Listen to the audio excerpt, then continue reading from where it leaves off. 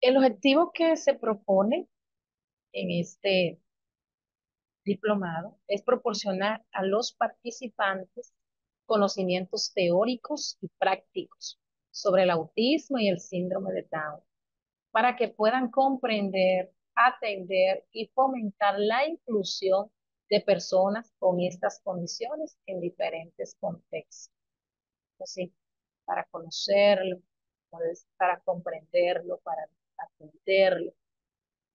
Debemos conocer bien acerca tanto esos conocimientos teóricos como prácticos. Y lo más bonito es poderlo llevar a la práctica, ya seamos padres, seamos cuidadores, seamos psicólogos, docente, eh, y en cualquier ámbito que estemos elaborando.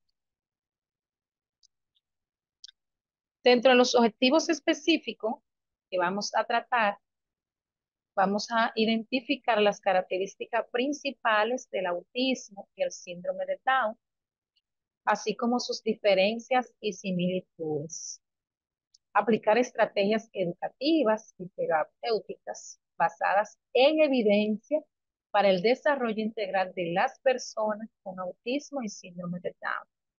Diseñar planes de apoyo individualizado y promover prácticas inclusivas en el ámbito educativo, social y familiar. Sí, esa parte, diseñar planes, pero sobre todo que esos planes que vayamos a diseñar estén de acorde, es decir, utilizando esas diferentes adaptaciones curriculares desde las necesidades específicas de estos niños, de estas personas con autismo y síndrome de Down.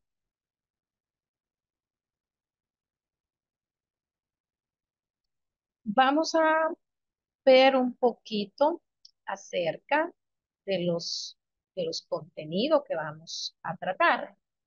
Tenemos el módulo uno que empezamos hoy. El módulo uno tiene como título Introducción al autismo y síndrome de Down. Y aquí en el día de hoy vamos a tratar de abarcar lo relacionado a algunas definiciones y conceptos claves. Sobre todo vamos a trabajar esa historia, vamos a ver la historia, un poquito de esa historia del autismo, todo ese proceso, un poquito de la historia del síndrome de Down. Es decir, la historia del autismo es un poquito más amplia que la del síndrome de Down. Y hay muchas más informaciones de autismo que la de síndrome de Down.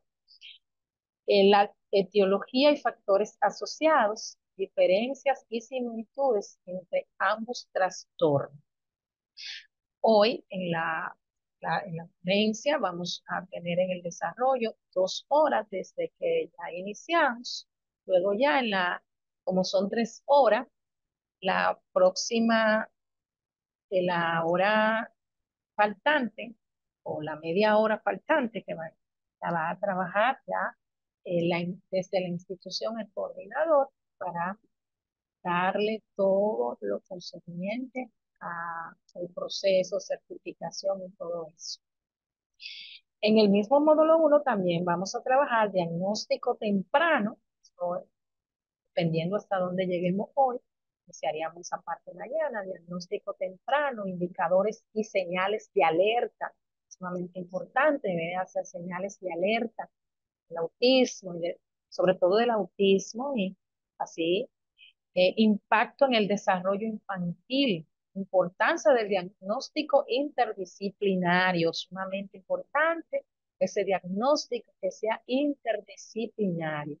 En esta parte vamos a abarcar 3 horas ya el día de mañana.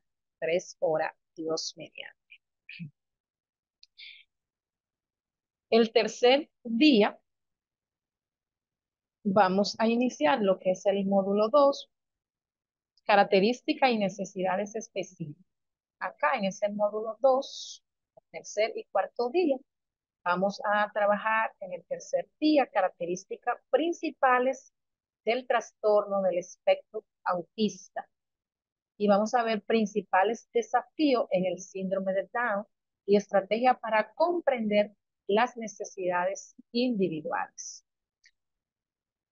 Vamos a trabajar en perteneciente a ese mismo módulo, comorbilidades comunes en TEA y síndrome de Down.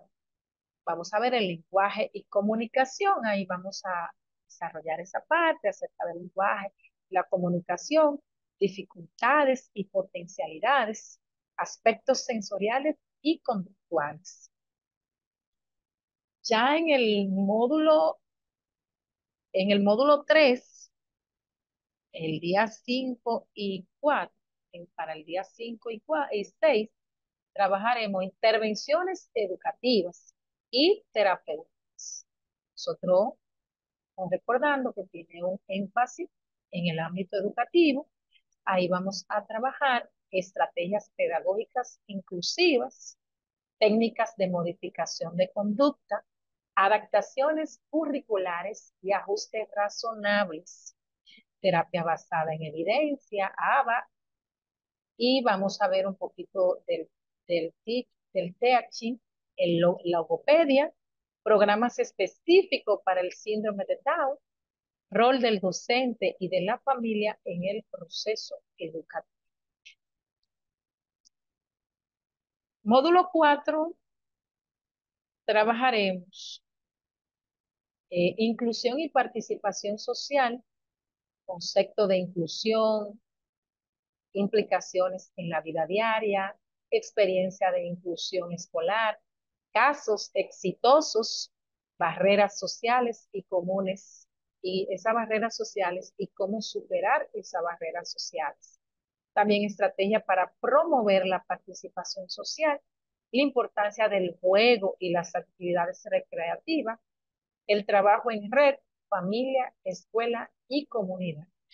Ya en el último módulo es módulo fascinante, reflexión y buenas prácticas. Taller, aquí vamos a hacer un taller práctico, diseño de un plan individualizado de apoyo. Ahí entonces nos vamos a esa discusión grupal, o discusión de experiencias y aprendizajes compartidos y evaluación del programa. ¿Cómo evaluaríamos esos programas? ¿Cómo le daríamos cierre a esos programas? Esta es la parte que esos son los contenidos a trabajar.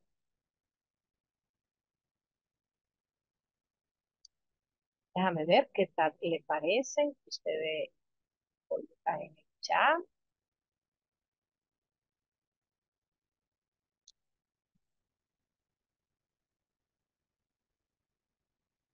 ¿Qué le parece los contenidos que vamos a desarrollar? Bien, muchísimas gracias.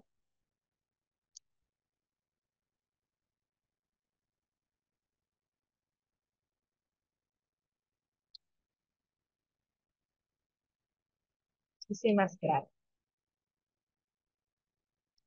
Entonces vamos a iniciar con el módulo 1. Vamos a ver algunas definiciones primero.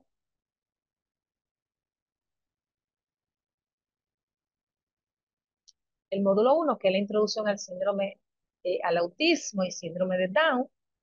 Vamos a ver algunas definiciones, puntos clave que nosotros tenemos como que hacer esa diferencia para nosotros poder ir conociendo en realidad el concepto de autismo y luego el concepto de síndrome de Down.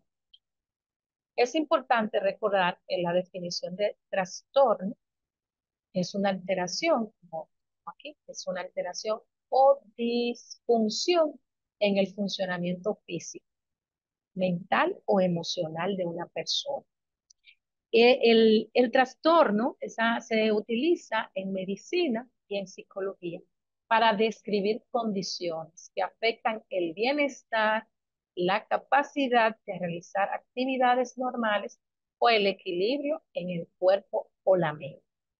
Esa es una de las definiciones, pero recuerden que si no vamos y buscamos diferentes fuentes, encontramos muchas definiciones más acerca del término trastorno.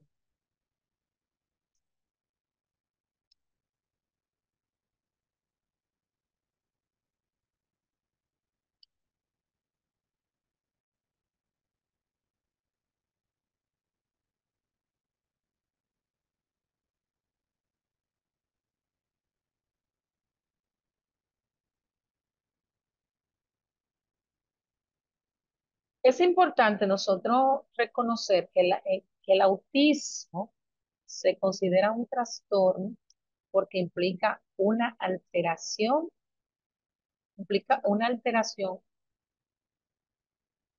o disfunción en el desarrollo neurológico que afecta de manera significativa el comportamiento, la comunicación y las interacciones sociales de la persona. Como vemos, vamos como encajando un poquito con la definición de trastorno, porque muchas veces, pues, trastorno del espectro autista.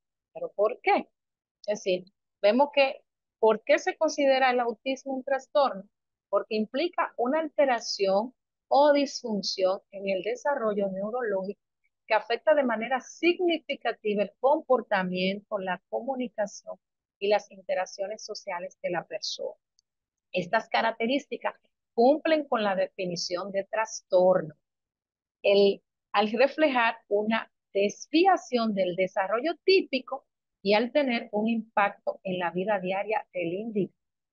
Es decir, no estoy todavía definiendo el término autismo, todavía no hemos visto el desarrollo histórico, simplemente estamos viendo, estamos definiendo el término trastorno y luego vamos a ver el término espectro eh, y vemos que estas características cumplen con la definición de trastorno al reflejar una desviación del desarrollo típico y al tener un impacto en la vida diaria del individuo.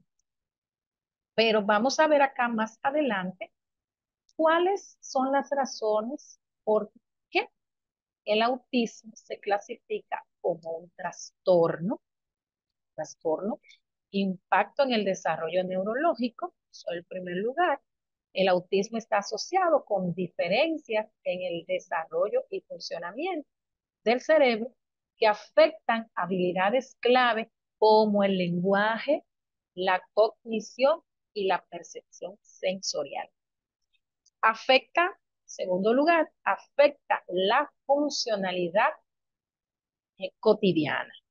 Las personas con autismo pueden tener dificultades para adaptarse a entornos sociales, comunicarse eficazmente o manejar ciertos estímulos sensoriales, lo que puede influir en su capacidad para participar plenamente en actividades diarias. Y si van ustedes conectando y vamos viendo la definición después más tarde de autismo, vemos cómo van encajando algunas de las características que poseen las personas con autismo que están dentro de la definición de trastorno. La característica clínica específica también son algunas de esas razones, según el DSM-5, que es el Manual Diagnóstico y Estadístico de los Trastornos Mentales, el trastorno del espectro autista, el TEA, es un diagnóstico clínico que engloba un rango de desafío en dos áreas principales. Si se fijan, estas dos áreas principales en las definiciones de trastornos están, es decir, comunicación social e interacción. Dificultades para interpretar señales sociales, mantener conversaciones o formar relaciones. Eso es de lo que nos dice el DSM-5 actualmente, el que se está utilizando, el manual diagnóstico y estadístico de los trastornos mentales. Conductas repetitivas e intereses restringidos, rutinas rígidas, movimientos repetitivos o interés excesivo en temas específicos. Por lo tanto, también hay algunas razones en las que está esa necesidad de intervención. Es decir, las personas con TEA a menudo requieren apoyo especializado terapias, adaptaciones educativas para mejorar su calidad de vida y autonomía, lo que refuerza su clasificación como trastorno. O sea, ahí vamos y vemos el por qué el autismo es considerado un trastorno. Pero ahora más adelante nosotros vamos a ver también, dice, ¿por qué no es considerado una enfermedad? Recuerden, no es una enfermedad el autismo, porque no implica un daño o infección. El autismo no es causado por un agente externo como un virus o bacteria y es una condición del desarrollo. Eso tenemos que tenerlo bastante claro. El autismo es una condición del desarrollo. Refleja una forma diferente de funcionamiento neurológico, no una patología en el sentido tradicional. No es una condición del desarrollo, refleja una forma diferente de funcionamiento neurológico. Vamos a ver ahora espectro, que vemos que es trastorno del espectro autista. El espectro hace referencia a que algo no está limitado a unos valores específicos, grupo de enfermedades que comparten síntomas. El autismo se considera un espectro porque incluye una amplia variedad de manifestaciones, habilidades y niveles de apoyo requeridos por las personas diagnosticadas. Esto significa que cada persona, claro, o claro esta parte, esto significa que cada persona con autismo es única y puede experimentar diferentes combinaciones de desafíos y fortalezas en áreas como la comunicación, la interacción social y el comportamiento. Es decir, cada persona con autismo es única. Por lo tanto, su neurodesarrollo es único. ¿Y por qué se utiliza el término espectro? Bueno, porque en primer lugar, diversidad en las características. Algunas personas con autismo tienen dificultades significativas para comunicarse verbalmente, mientras que otras tienen un lenguaje altamente desarrollado. Pueden haber habilidades sobresalientes en áreas específicas como la memoria, la matemática o la música. Los niveles de sensibilidad sensorial varían. Algunos son muy sensibles a la luz o el sonido, mientras que otros no lo son. Es decir, no son, pueden ser hiposensible, otro puede ser hipersensible al ruido, a la luz, al sonido, y por eso es que se utiliza el término espectro. También dentro del término espectro, porque la variación en los niveles de apoyo. Algunas personas necesitan un apoyo intensivo con su vida diaria, a una persona autista. Otras son completamente independientes y funcionales en ambientes sociales o laborales. Diferencia en la intensidad de los síntomas, es decir, no todos presentan los mismos comportamientos o los manifiestan con la misma intensidad. ¿Cuál es la importancia? Miren, tiene una importancia de que se considere dentro de un espectro, importancia del enfoque en el espectro. ¿Por qué? No decimos, no, que tiene una enfermedad, la enfermedad es autista, no.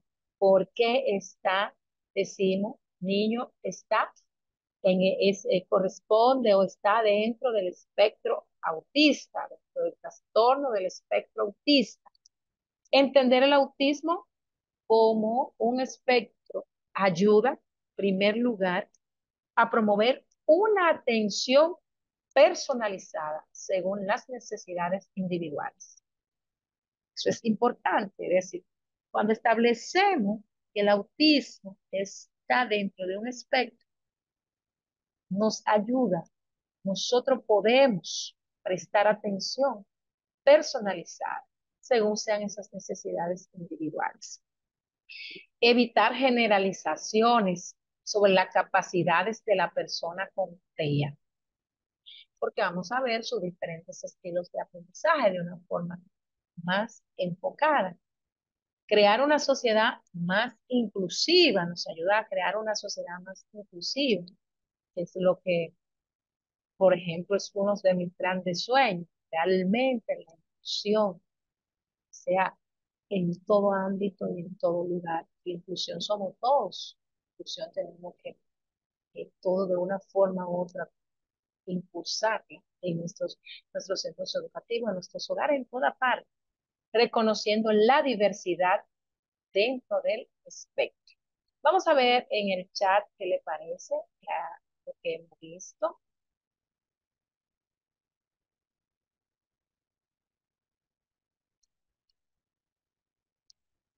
Pueden colocar sus comentarios en el chat, si yo lo puedo ir observando.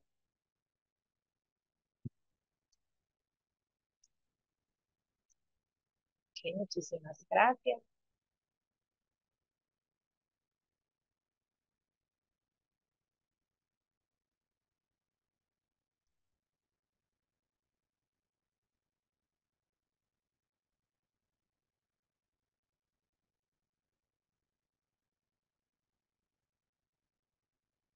Así es, muchos le llaman anormales, otros le llaman, otros le llaman, pues sí.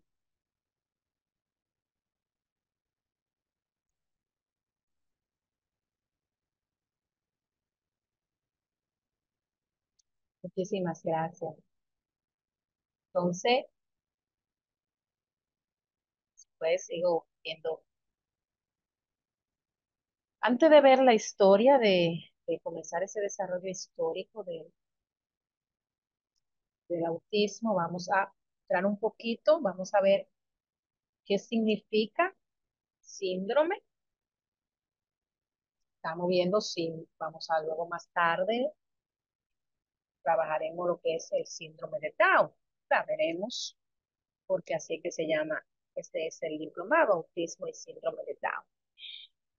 Un síndrome, hay muchas definiciones, pero todas, la gran mayoría, llevan, cuando unimos o hacemos un resumen de esos hallazgos, vemos que un síndrome es un conjunto de signos y síntomas que ocurren juntos y caracterizan una condición, enfermedad o trastorno específico. No se trata de una enfermedad en sí misma, sino de un cuadro clínico que puede tener diversas causas subyacentes.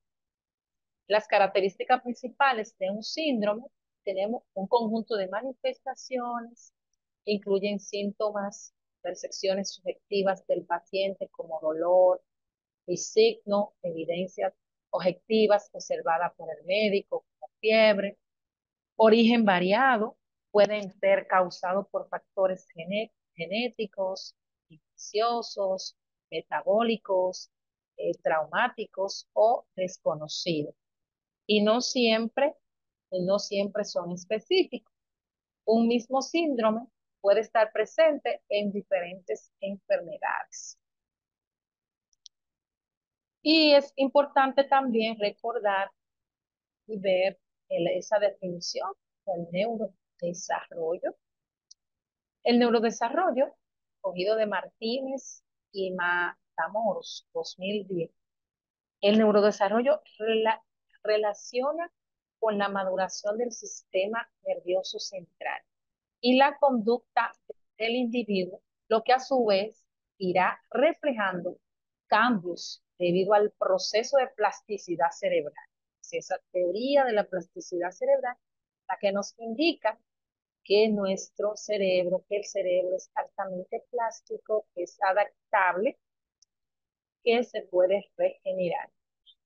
Y por ende que se da el aprendizaje. el cual será fundamental en los primeros años de vida. Es decir, esa neuroplasticidad de los niños en esos primeros años de vida está, miren, sumamente riquísima, como decía. En los primeros años de vida, principalmente, si se evidencia alteraciones en el desarrollo típico de un niño, recordando siempre que el neurodesarrollo de un niño, presentando alguna situación o no, el neurodesarrollo es único. Por lo tanto, no es igual el neurodesarrollo de mi niño, vamos a decir, que el del niño de otra compañera. Es decir, por eso muchas veces nos desesperamos, pero no, pero que el niño de la vecina hace esto y el mío tiene piedad y no lo hace. No, no. Hay signos de alarma que nosotros vamos a ver más adelante, en los próximos días, que nos pueden alertar y nosotros entonces, wow, vamos a ver, puede ser un signo de alarma, saben prestar atención, pero cada neurodesarrollo de cada niño es diferente y tiene su proceso, porque es un proceso único el que desarrolla. Vamos a trabajar acá un poquito ese desarrollo histórico de autismo.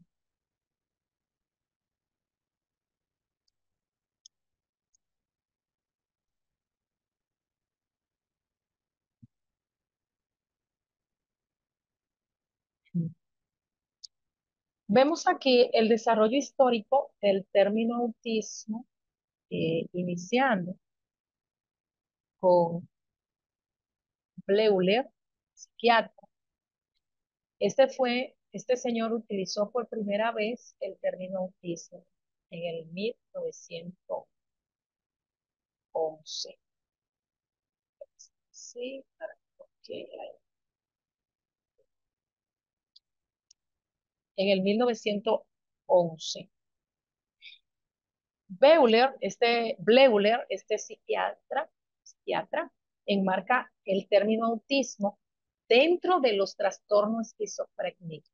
Ese tiempo, cuando él usó por primera vez este término en el 1911, lo trabajó bajo los trastornos esquizofrénicos más severo y lo considera una alteración de las funciones mentales complejas. De esas funciones mentales complejas donde entra lo que es la planificación, la toma de decisión en esas funciones mentales complejas. Entonces, él colocaba el autismo dentro de ahí, pero desde un trastorno esquizofrénico. Vemos que este autor hace una definición del síntoma autista, indicando que existe una conducta de separación, es decir, existe una conducta de separación de la realidad unido a un predominio patológico de la vida interior. Existe una dificultad para responder a influencias externas, perciben el mundo externo como hostil. Entonces, y ahí él decía, hay un pensamiento autista que sustituye la realidad por alucinaciones. Recibe el mundo, su mundo de fantasía, como real y el real como una ilusión. Eso es desde el punto de vista de Bleuler, 1911. Posteriormente, los pacientes autistas no presentan síntomas alucinatorios, eso lo sabemos. Lo que diferencia al esquizofrenia del autismo es la presencia o no de alucinaciones. Vemos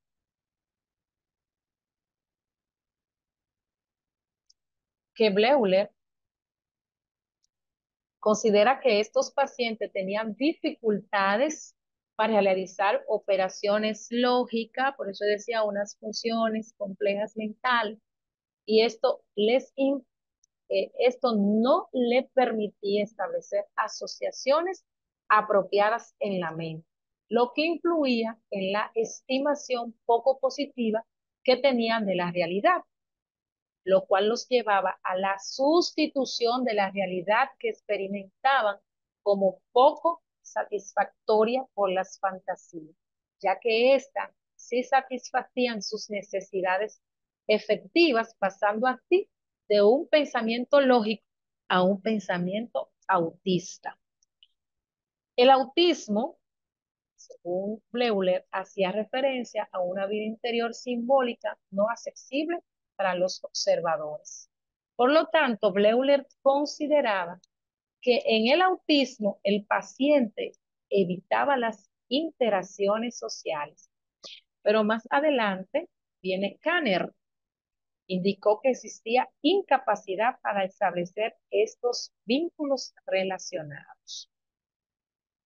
Y dice Leo Kanner, en algunas investigaciones lo consideran el padre del autismo, el pionero del autismo, un psiquiatra austriaco considerado el padre del autismo, el pionero del autismo en el 1943.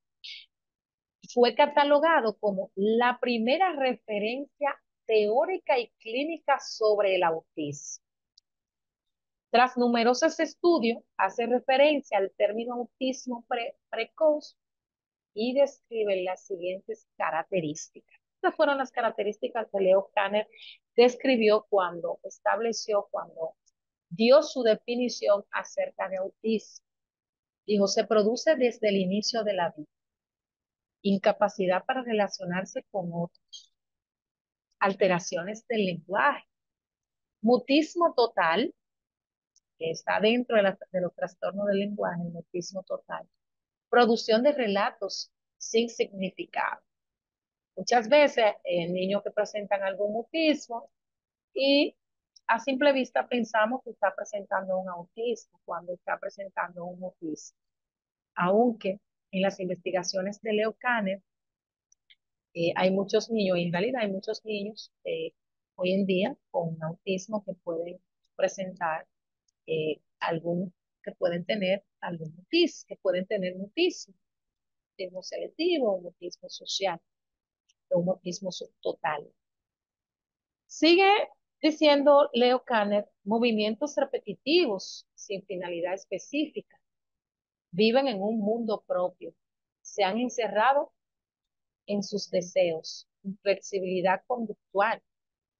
Kanner señala una biología innata del autismo, pero posteriormente plantea que la frialdad emocional familiar tenía gran impacto en la génesis del trastorno. En Europa eran bien aceptados los aportes de Kanner para hacer diagnóstico de autismo. En América se diagnosticaba el autismo casi que en todos, el vínculo familiar era muy tenido en cuenta desde el punto de vista en que estaba considerado desde la investigación de Leo Kanner. Por lo tanto, Kanner consideraba que el cuadro clínico del autismo era fácil de diferenciar con respecto a otros trastornos. Él indicaba que se debía hacer una separación entre el autismo y la esquizofrenia, y es una realidad, ya que la llamada esquizofrenia infantil en sus tiempos era una entidad especulativa en ese tiempo, basada en relatos de familiares de pacientes esquizofrénicos, adultos o adolescentes. Este autor afirma que los niños autistas estaban desprovistos de los signos universales de las respuestas infantiles. Es decir, Kanner entonces lo que hizo fue, bueno, no vamos a considerar el autismo como una esquizofrenia, y es una realidad. En su publicidad inicial, donde describía el cuadro clínico del autismo, lo hizo ese cuadro clínico, lo describió con 8 niños y 3 niños. Describió las siguientes características en común. Él hizo ese estudio. Dijo, incapacidad para establecer relaciones, alteraciones en el lenguaje como medio de comunicación,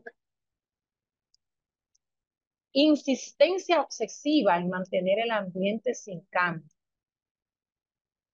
aparición en ocasiones de habilidades especiales. Saben que los niños autistas, muchos, vamos a decir la gran mayoría, poseen muchas habilidades especiales. Buen potencial cognitivo, pero este se limita a sus centros de interés. Aspecto físico normal y fisonomía inteligente, aparición de los primeros síntomas desde el nacimiento. Por lo tanto, Kanner dijo, planteó que el punto de partida del autismo eran las deficiencias en la respuesta emocional. Vamos a ver qué le parece la trayectoria de Leo Kanner y de Bleuler acerca del autismo en hacerse.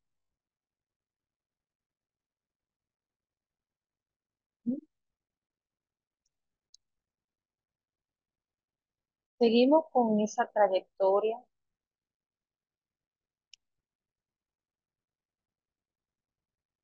En el 1944, no sé,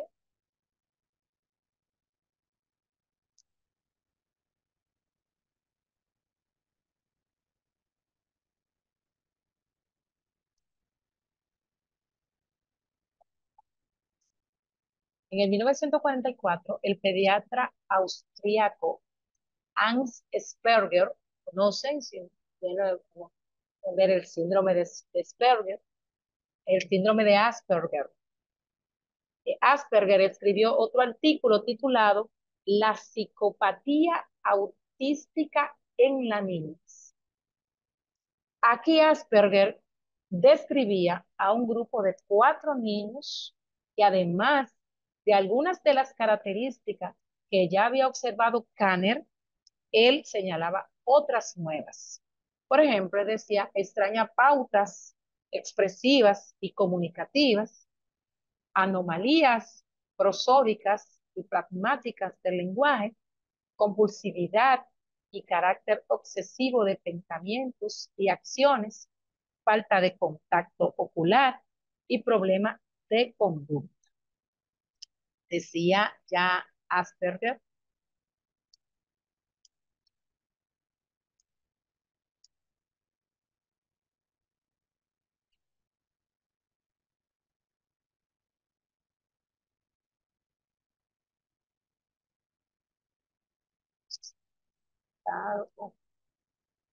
Entonces, Asperger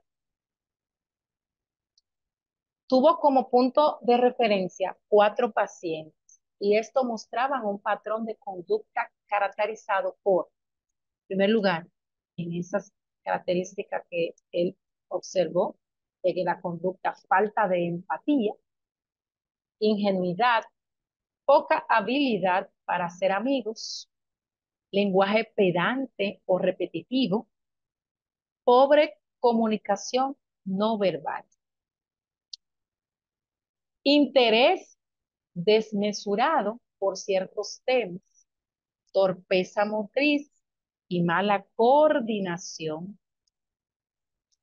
Asperger utilizaba la denominación pequeños profesores, ya que al hablar de sus temas favoritos era sorprendente, detallados y precisos. Asperger poseía características tales como la que describía al autismo. Asperger en su época ya sostenía que los niños al trastorno aprendían más y mejor si el proceso de aprendizaje se guiaba teniendo en cuenta sus intereses especiales.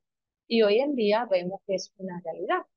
Es decir, si nosotros vemos esas necesidades, esas características individuales, esos intereses especiales de cada niño, nosotros podemos darle un mejor proceso en su aprendizaje.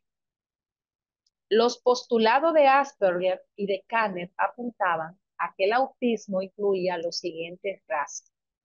En primer lugar, alteraciones del afecto, alteraciones en el intelecto, alteraciones en el deseo y la acción.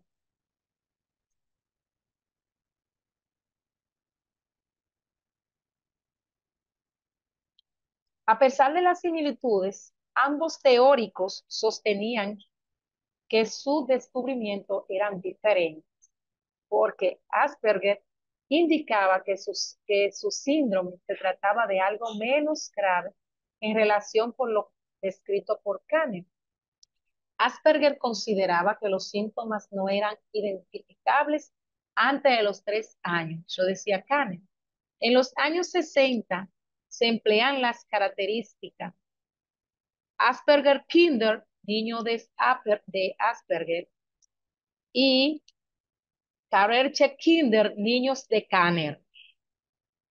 En la década de los 90, ambas categorías fueron comprendidas como dos extremos del mismo espectro. Pero más tarde también tenemos a Bruno Bechterin, un psicólogo psicoanalista,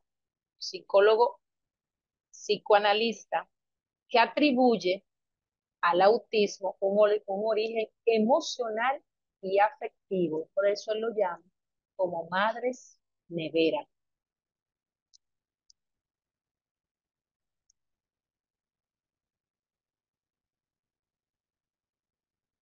Esto generó sentimientos de culpa dentro del contexto familiar.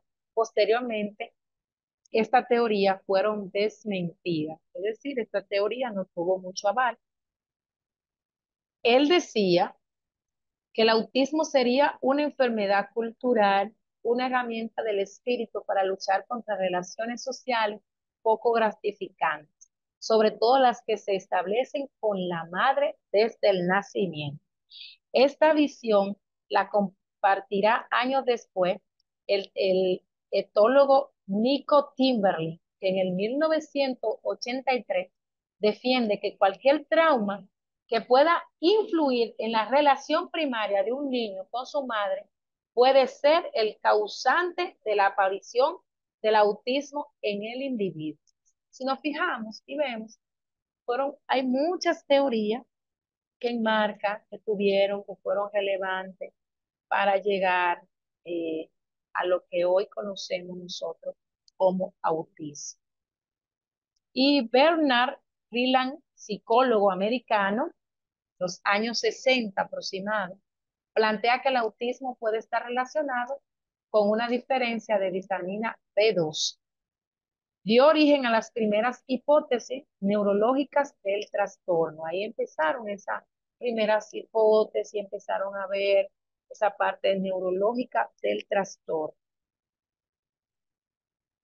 Ruther, médico neurólogo, cardiólogo y pediatra, en el 1967, es el que da formalidad a los criterios para diagnosticar el autismo infantil, indicando las siguientes características en esta población.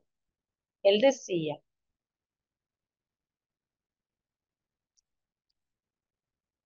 dificultades en el desarrollo social, alteraciones en el lenguaje, inflexibilidad, patrones restrictivos, comportamientos estereotipados, inicia antes de los 30 meses de edad.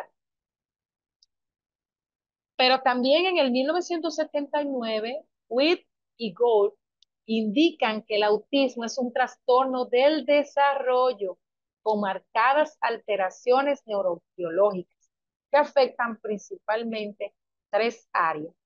La primera, la interacción social, ¿no? Segundo, la comunicación y tercero, creatividad e inteligencia. Lo que anteriormente se denominaba triada del autismo, se decía la triada del autismo de Wing. El autismo es una condición multidimensional en la que cada individuo posee un perfil propio y esto se define por las características individuales en cada dimensión de esta triada.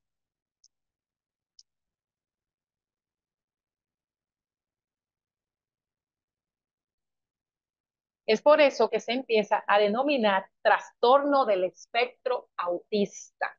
Y aquí vemos que va apareciendo, entonces, con esa interacción social, esa comunicación, esa creatividad e inteligencia, lo que se fue llamando esa triada del autismo, ahí ya se le va dando, usted ve, se le empieza a denominar trastorno del espectro autista. Vimos la definición de trastorno, vimos la definición del espectro y por esa razón va encaminado ya el autismo, pertenece tanto a ser un trastorno porque cumple tal y tal cosa y espectro también porque vemos que las características son algunas en un niño o según el grado, como solo pusieron en el chat, que es una realidad, según el grado de autismo, entonces esas características pueden ser más relevantes en otra persona, en un niño, y más que en otro.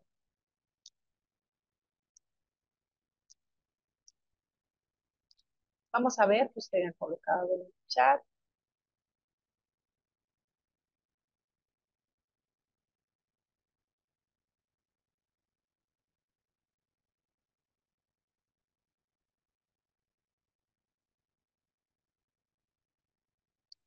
todo lo de las certificaciones. eh,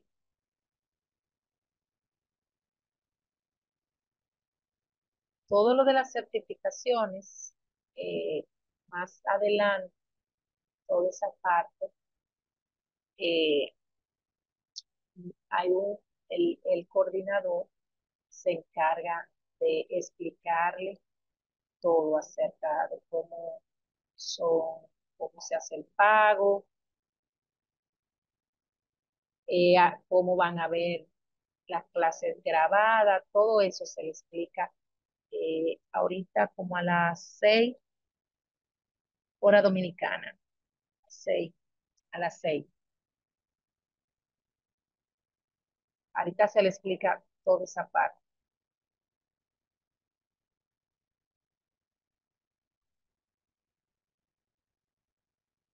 ¿Pueden ver mi siguiente diapositiva?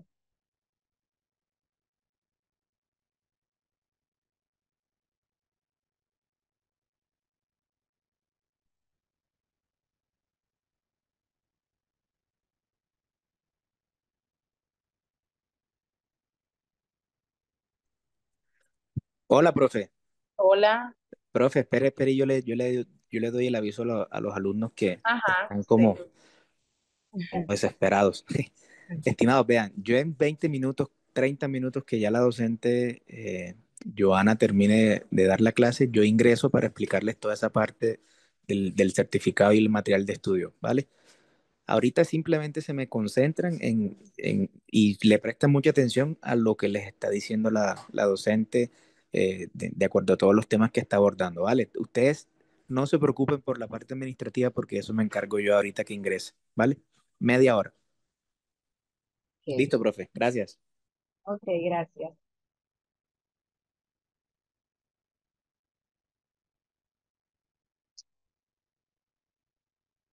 Así es, el autismo ha tenido muchos investigadores, muchos científicos. Tenemos a Lorna Wynne en 1981. En sus primeras investigaciones, ella observa que existe variabilidad en la clínica y severidad de los síntomas en personas con autismo y que algunos individuos no encajaban totalmente en lo que ya Kanner había descrito anteriormente.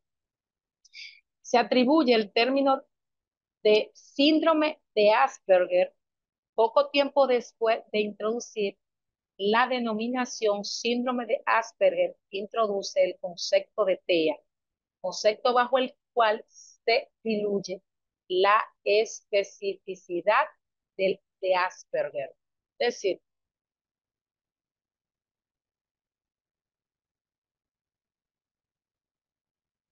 lo que me gustaría saber es Si mis diapositivas están pasando. No, no, no. Estoy en pausa, su función de compartir la pantalla.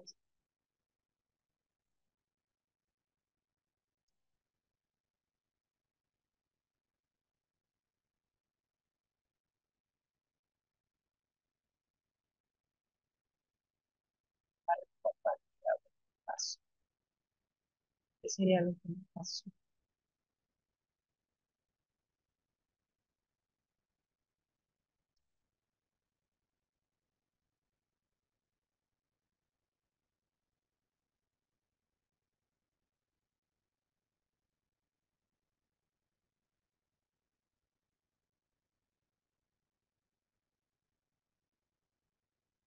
Ok, me confirman ahora si la pueden ver.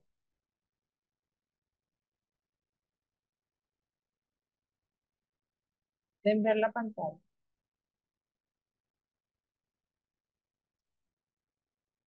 Ahora sí. Sé que se parece que le di a algo sin querer. Entonces vemos Hilbert, Bauman y Kemper, 1983-1985. Relacionan el autismo con alteraciones neuroanatómicas, viéndose afectado el hipocampo y la amígdala y el cerebelo. El hipocampo y la amígdala regulan las actividades emocionales, participa activamente en los procesos de almacenamiento y archivo de recuerdos explícitos. Y el cerebelo, sabemos que regula el equilibrio, el tono muscular, controla la actividad motora voluntaria, interviene en la planificación y corrección de movimientos al momento de realizarlos, regula el aprendizaje motor. Y casi vemos, casi estamos llegando a una parte interesante. Uta Fried, década de los 90, una psicóloga alemana, amplía la comprensión de las características cognitivas del autismo. Explica que existe una débil coherencia central y débil de la teoría de la mente. Por lo tanto, débil coherencia central, déficit a nivel comprensivo. La teoría de la mente, decía, hace referencia a la capacidad que posee un individuo de interpretar, comprender, predecir y anticipar la conducta de otros, además de entender y expresar emociones y pensamientos propios. Es decir, fueron muchos autores más fueron escribiendo y hablando y dando su punto de vista. Y si ustedes hacen un análisis de todos lo que hemos visto, todos tenían algunos puntos, tienen puntos en comunes. Pero vamos a ver esta tabla de consideraciones sobre el autismo de acuerdo a las versiones del DCM. Ponerlo más grande para que lo puedan ver. El DCM-1 en el 1952, acá describe el autismo como un trastorno psicótico, reacción esquizofrénica tipo infantil. Consideraciones como síntomas de esquizofrenia infantil, se plantea un comportamiento autista atípico, fracaso para desarrollar una identidad separada de madre, inmadurez y alteraciones de desarrollo. Vemos ahora muchas investigaciones que consideran que el autismo por la separación de la madre y eso no tiene nada que ver esa separación con vamos a decir, con el trastorno del espectro autista. En el DCM-2, 1968, decía psicosis no atribuida a condiciones físicas, esquizofrenia de tipo infantil.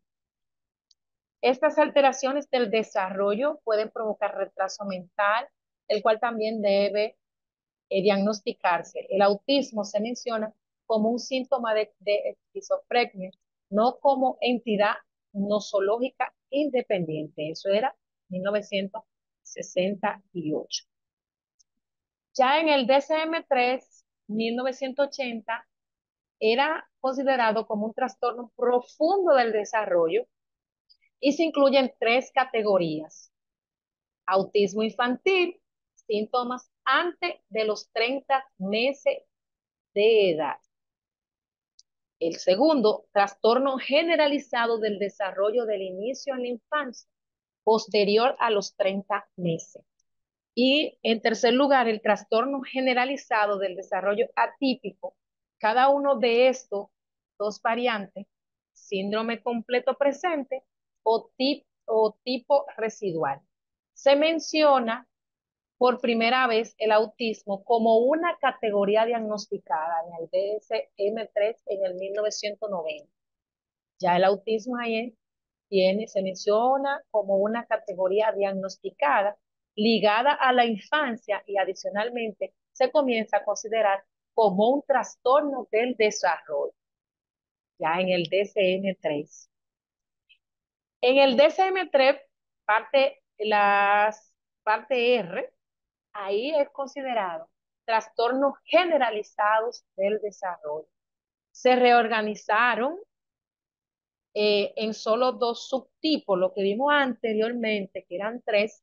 Entonces se reorganizaron en trastorno autista en reemplazo al trastorno infantil y al TGD no especificado. Al desaparecer la palabra infantil, se dio a entender que si bien los síntomas se manifiestan en los primeros años de vida, esto perdura a lo largo de todo el ciclo vital y por tanto no es un trastorno exclusivo de la infancia. Es decir, ahí vemos ya en el DCM3R, que no es solamente se da en la infancia el autismo, sino ya una persona autista para toda la vida. Entonces, en el DSM-4 y el DSM-4R 1994 y 2000, actualmente se utiliza el DSM-5, que después más adelante vamos a ver cómo está considerado en el DSM-5. Pero vemos aquí en el DSM-4R ya, la versión del 2000, es considerado trastorno de inicio en la infancia, niñez, adolescencia, trastorno generalizado del desarrollo. Y se propone como clasificación, aquí estaba, autismo, trastorno de Asperger, síndrome de Rett, trastorno desintegrativo de la infancia y el trastorno no especificado. Esta mención se hace posible diagnosticar a la población con mejor funcionamiento verbal y cognitivo, quienes previamente podían excluirse de los servicios terapéuticos porque solían ser considerados como rasgos autistas, más no con el trastorno propiamente dicho. Es decir, eran considerados con el rasgo de autista, pero no propiamente con el trastorno del espectro autista. En el DSM-4 vemos que el autismo estaba en la categoría de trastorno de la infancia, en el apartado trastorno generalizado del desarrollo, y compartía esta categoría con, ya lo dije más adelante, pero acá, con el trastorno de Rett, que es un trastorno genético neurobiológico que afecta la forma en cómo se desarrolla el cerebro, provoca la pérdida progresiva de habilidades motrices y del habla y se ve principalmente en mujeres a los 6 meses. También estaba dentro de esa categoría y compartía con el trastorno desintegrativo infantil, que es la regresión marcada en comunicación verbal y no verbal, comportamiento adaptativo, déficits sociales, características comportamentales observadas en el autismo, y con el trastorno de Asperger, alteración en la interacción social, comportamiento e intereses restrictivos, se evidencia deterioro significativo en diferentes áreas, no hay retraso general del lenguaje, no cumple los criterios de otros trastornos generalizados del desarrollo ni de la esquizofrenia. Por lo tanto, el autismo, alteración en la interacción social, retraso o ausencia total del lenguaje, DSM-4, ¿verdad? Comportamientos e intereses restringidos, ausencia de juego realista o espontáneo. Pensamiento poco flexible, no se explica por un trastorno de red ni por un desintegrativo infantil que vimos más atrás.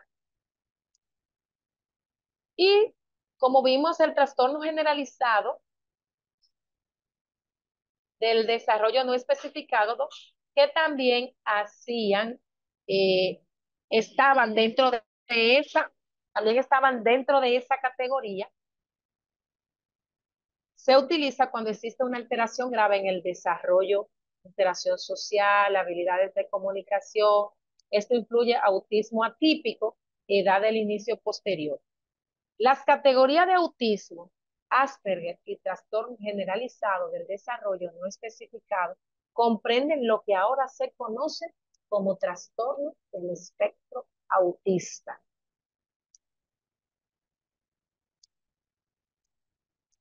Vamos a ver si alguien tiene algún comentario en el chat. Siempre me gusta ir revisando el chat.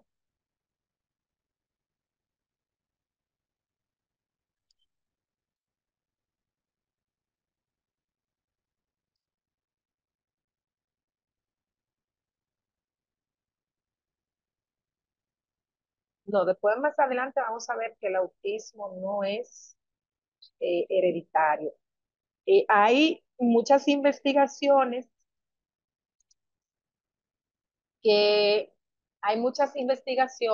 que están trabajando de que existen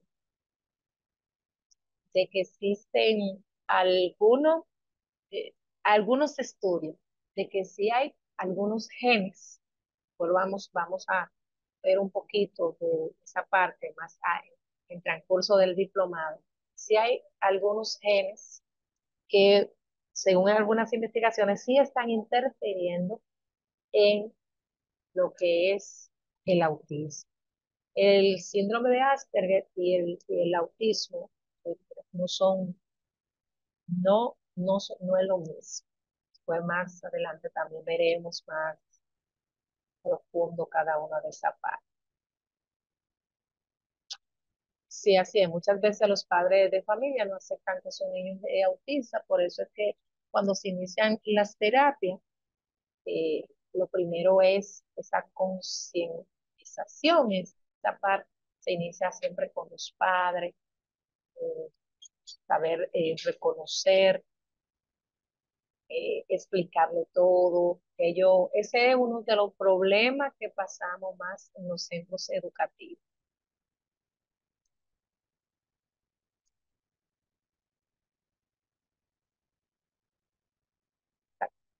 La pantalla lo que me pasa es que sé que se me frisa un poco.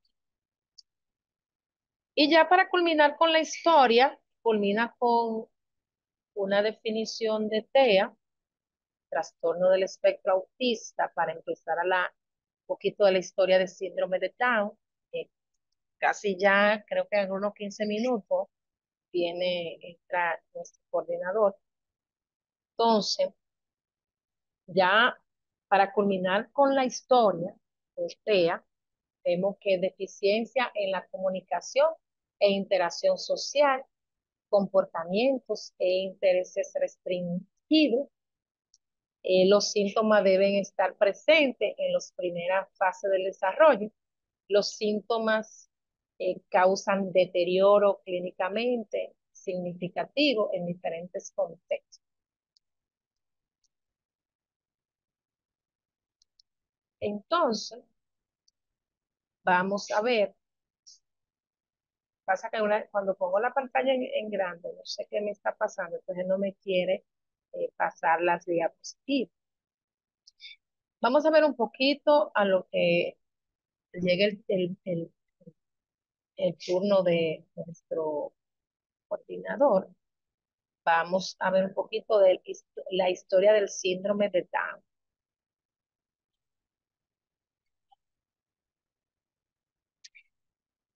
John London, conocido como Down, John London Haydon Down, fue un médico británico en el 1876. Se convirtió en el primero en describir de manera sistemática lo que hoy conocemos como síndrome de Down. En su obra, observación, observaciones,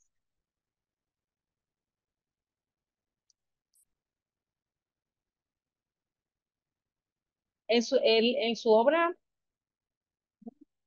ok, donde él clasificó, en esa obra, Downs clasificó a los individuos con discapacidad intelectual basándose en características físicas y étnicas, aunque no pudo determinar la causa de estas condiciones en ese momento. Entonces, por eso es que en realidad él se convirtió en el primero en describir de manera sistemática lo que hoy nosotros conocemos como síndrome de Down, pero él no pudo determinar la causa de esta condición.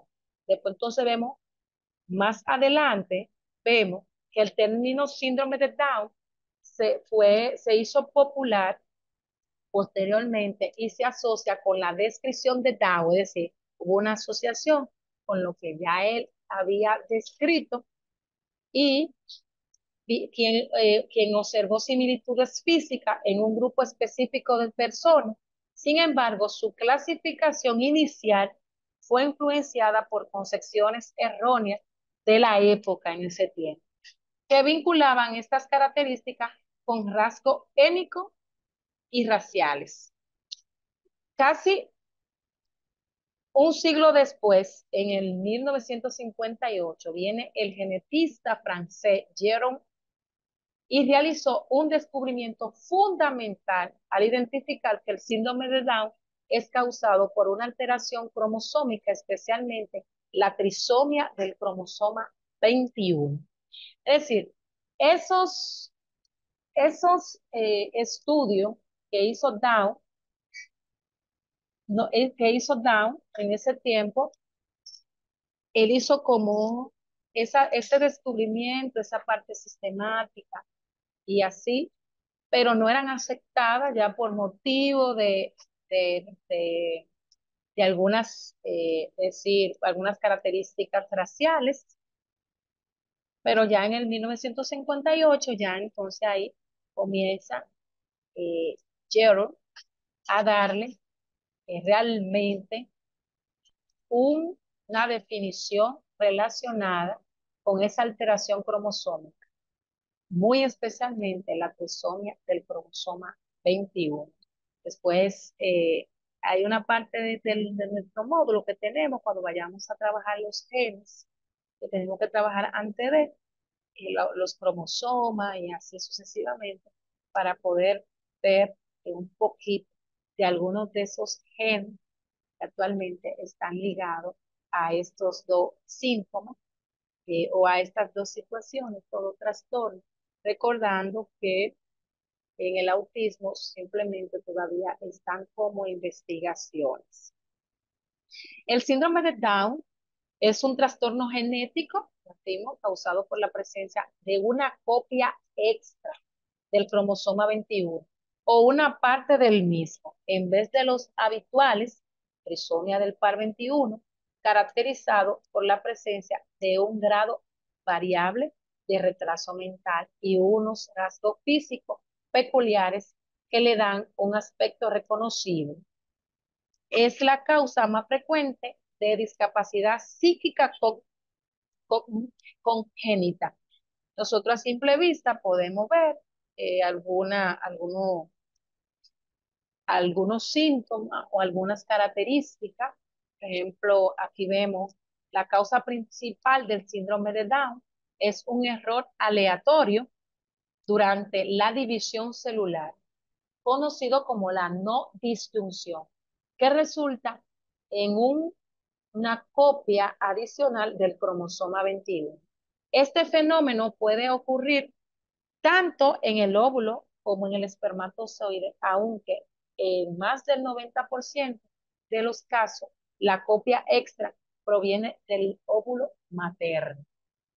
Y vemos aquí, por ejemplo, en esa imagen que nos dice, otra vez nos dice el síndrome de Down, también conocido como trisomía 21, que es el más, el de los tipos, es el más, el que más, el que tiene el porcentaje más alto. Vemos acá esos tipos de síndrome de Down. Tenemos el trisomía libre o trisomía 21, el trisomía de mosaico y el trisomía de translocación. En el trisomía 21 libre, conocido también como no disyunción, es el tipo más común del síndrome de Down, representando aproximadamente el 95% de los casos. La causa ocurre cuando una célula sexual, óvulo o espermatozoide, presenta una copia extra del cromosoma 21 debido a un error durante la división celular, llamado no disyunción.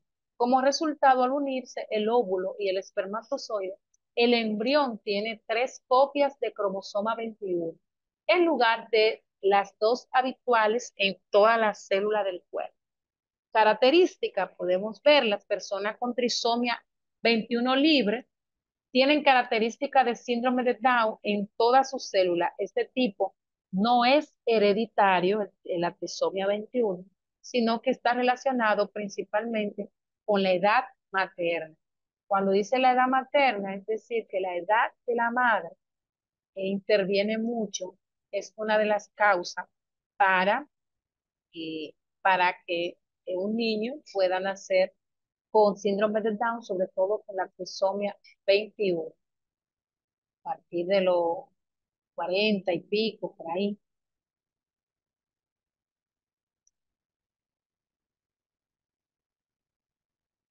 Tenemos la translocación, representa alrededor del 3 o 4% de los casos de síndrome de Down. En la translocación, una parte o un cromosoma 21 completo se adhiere o traslonca a otro cromosoma, generalmente el cromosoma 14. Las personas con translocación tienen 3 copias del material genético del cromosoma 21 en cada célula, pero una de esas copias está unida a otro cromosoma en lugar de estar libre.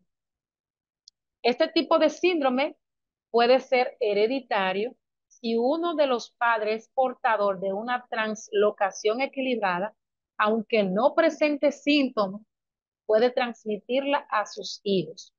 Esto aumenta el riesgo de síndrome de Down en los hijos y también es posible que uno de los padres sea portador sin saberlo. Y vamos a ver acá el tipo mosaicismo. Es el tipo menos común del síndrome de Down y ocurre alrededor de 1 o 2%. La causa, Profe, hola. ajá, ya. No, no, ahorita en 5 minuticos. Ah, ok, ¿Listo? perfecto, ya con esta parte termino acá. En el mosaicismo, la no disyunción del cromosoma 21 ocurre en una de las primeras divisiones celulares del embrión. Como resultado, algunas células tienen 3 copias del cromosoma 21, mientras que otras tienen el número normal de 2 copias. Características, las personas con mosaicismo pueden tener características menos pronunciadas del síndrome de Down y una capacidad cognitiva más cercana al promedio, dependiendo de la cantidad y distribución de las células afectadas. La variabilidad en la proporción de células trisómicas y normales hacen que la presentación de los síntomas sean más diversas.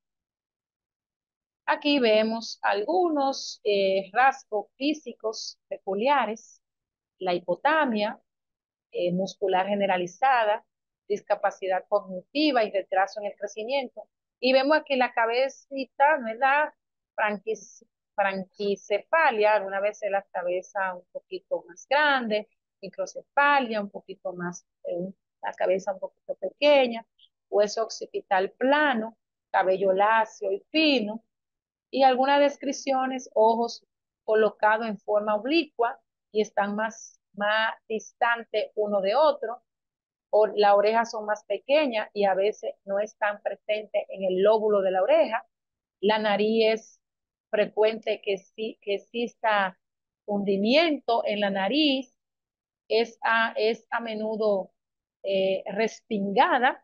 Puede haber además desviación del tabique nasal. La lengua es muy frecuente que la lengua haga prominencia, es decir, que esté siempre como con la lengüita así fuera, la lengua fuera, de modo que está.